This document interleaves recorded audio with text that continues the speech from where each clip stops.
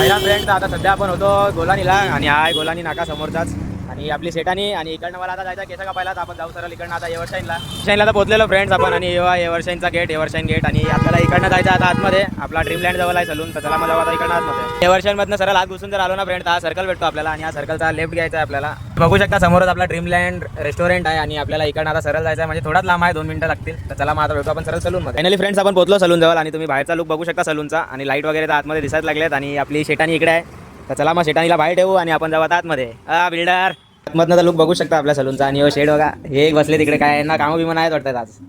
तर बघू शकता सलून तर एकच नंबर बनवला आहे परत चला आता आपण तर केस कापू नंतर बघू केस कापल्यानंतर मी कसा दिसतो फ्रेंड्स केस तर आपली कापून झालेली आहेत आणि कशी दिसतात ते कमेंट करून तुम्ही नक्की सांगा आणि बाकी आपला सलून पण तुम्हाला कसा वाटला ते कमेंट करून नक्की सांगा फुल काचम काच काय लाईटी बिटी आणि प्राईस पण तुम्ही चेक करू शकता